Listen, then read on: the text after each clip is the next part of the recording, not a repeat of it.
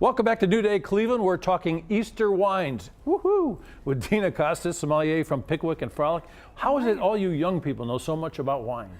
I don't know. A lot of time. We had a lot of time on our hands, I guess. I'm not quite sure. She is a professional, I'm telling you, too. Before the show, every time she comes on, she's tasting little stuff and taking little checks and making sure it's just right. Because being just right is terrific, right? It's very important, that's for sure. Easter dinner. Easter dinner. So don't ever forget about sparkling and bubbles, please. Everybody seems to forget that, but it pairs really well with very salty foods. It'll cut right through the salt.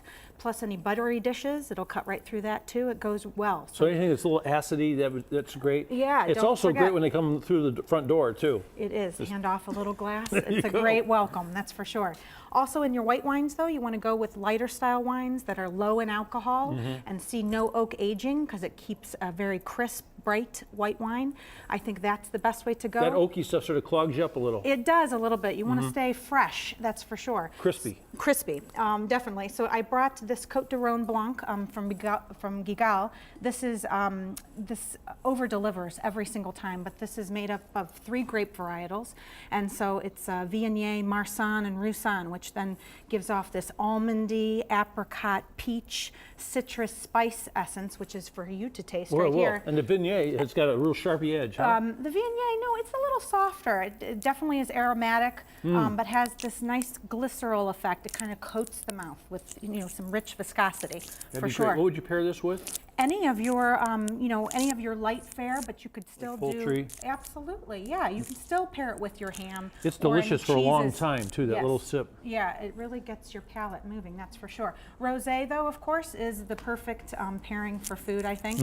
Now this one here, this has crushed red cherries and a little overripe fig flesh. But not really. It just tastes like that. Yes, that's right. Great minerality. I think that this is a great thing to pair with spicy dishes or sweet dishes. Lamb, I think it's a great pairing. There's a little more somebody at home in this one than the other one. Yes. Yeah, it's a little wider. It is, definitely, that's for sure. Now this is going to hold up to more of those proteins as well. Okay, so this you could pair that with the ham if you wanted? You could pair that with ham, you could pair that with your lamb, as I said, sweet dishes or savory dishes. And these are so popular now. Rosés are great, and the thing is that people have to realize this is not a sweet bottle of wine. No. Rosés are dry. Yeah. For sure, yeah.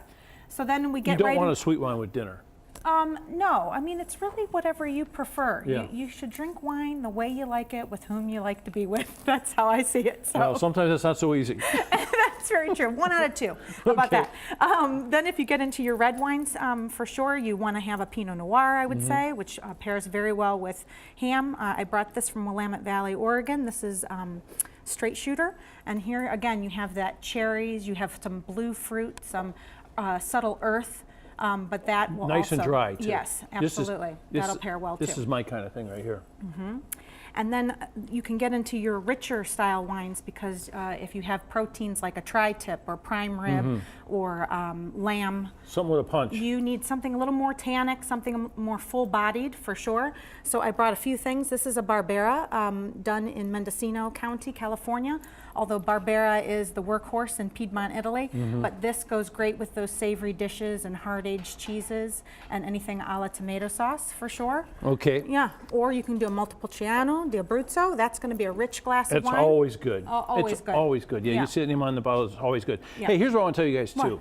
That when you go to Pickwick and Frolic or the Hilarities and you check out the wines and all that, Dina's there, she can help you, tell you whatever you need to know to order there, or maybe give you some ideas while you're there. But even more important than that, Easter Sunday's a big day, isn't it? It's a big day. We see about 500 people. They got the great Easter brunch here. Yeah. Starts at 11. It's $39.95 for adults. It's only $16.95 for kids, and 3 and under are free.